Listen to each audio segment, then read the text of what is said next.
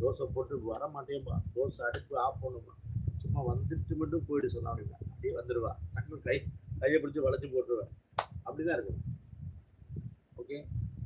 ஆனா எங்க வீட்டுக்கு எல்லா வேலையும் செய்வாங்க. பரவாயில்லம்மா, பரவாயில்லாம. தன்னம்பிக்கையோடு இருங்கள். நல்லது நடக்கும்.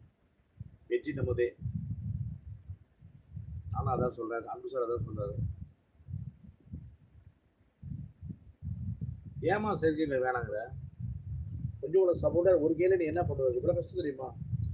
அம்மா எங்க ஆபீஸ்ல ஒருத்தர் கை இதோட போச்சுமா. அவங்க பேர் சொல்லக்கூடாது. அவங்க ஆபீஸ்ல ஒர்க் பண்றாங்க.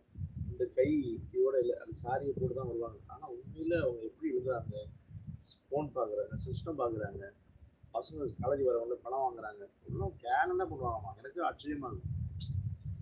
ஒரு கையை வச்சுட்டு ஒரு பெண், ஒரு மனிதன், ஒரு ஆணாலே கஷ்டம் ரொம்ப முடியாது. என்ன சார் அன்பு சார், ஒரு பெண் எப்படி செய்யறாங்க, அது ரொம்ப கஷ்டம் ஒரு கையில. அதுவும் ஒரு உண்மையில எனக்கே இருக்கட்டுமே, ஒரு கையில பண்ண